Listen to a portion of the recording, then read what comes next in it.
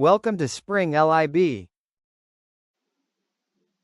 so for this question we're asked to find the total energy of a proton that has 25 gigaelectron volts of kinetic energy. We're also asked to find its wavelength. After that, so the first thing we're going to do is realise that its total energy must be equal to its kinetic energy plus the energy it has contained in its mass. So use that to signify the rest mass. Okay, so this then is very simply we have our 25 times 10 to the 9, 10 to the 9 for the giga EV. I'm also going to multiply that by 1.6 times 10 to the minus 19 to put this into joules. And then adding on here, we can use the mass of a proton. You could also just use the energy equivalent mass of a proton, but this shows you in a bit more detail. Okay, and we'll times that by c squared, which is 3 times 10 to the 8 squared. Okay, lovely.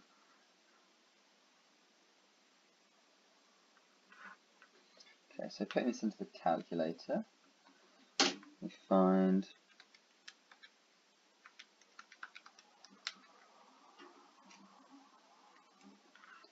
okay, so here we get 4 times 10 minus 9.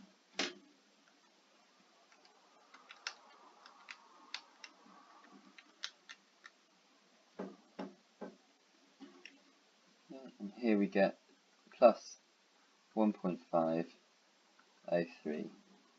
times 10 minus 10. Okay, and that's going to equal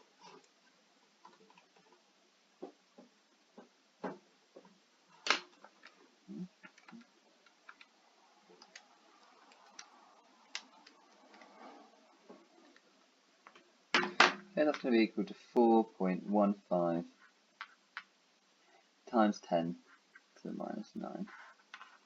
Okay, now we want to find the wavelength of this proton. So for that we're going to need, again, the de Broglie wavelength relationship, de Broglie rather, given by Planck's constant divided by the momentum of the particle.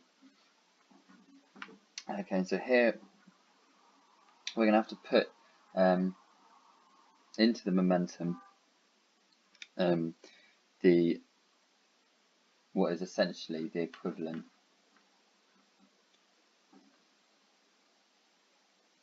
Okay, and that's going to be given by, how about h bar still?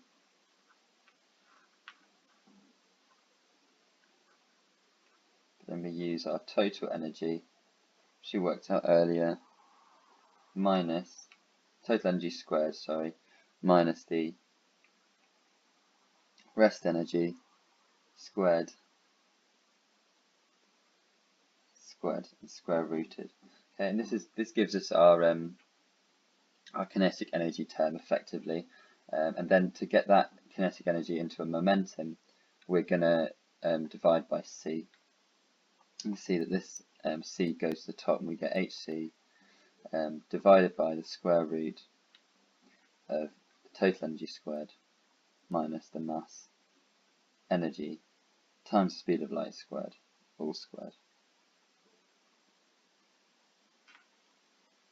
Okay, and putting this, we'll just keep that on there, and I'm just going to put the numbers in down here. So we've got our 4.15 times 10 to the 9 there, squared, and from that we can take 938 times 10 to the 6 EV. Okay, so that's the mass, the rest mass in energy units, squared, but I am going to convert that by 1.6 times 10 to the minus 19 to get that also into joules, because we need them both into joules. Okay, once you've done that, you put all this into your calculation, you should find that we end up with a wavelength of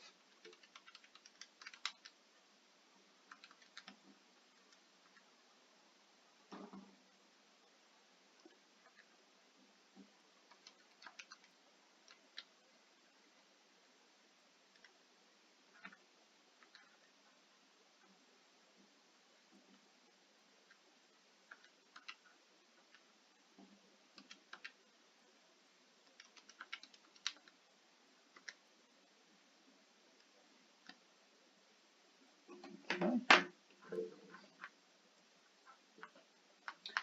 And putting that all together, we end up with 4.796 times 10 to the minus 17 meters. Okay, let's call that 4.8. Keep it to two significant figures.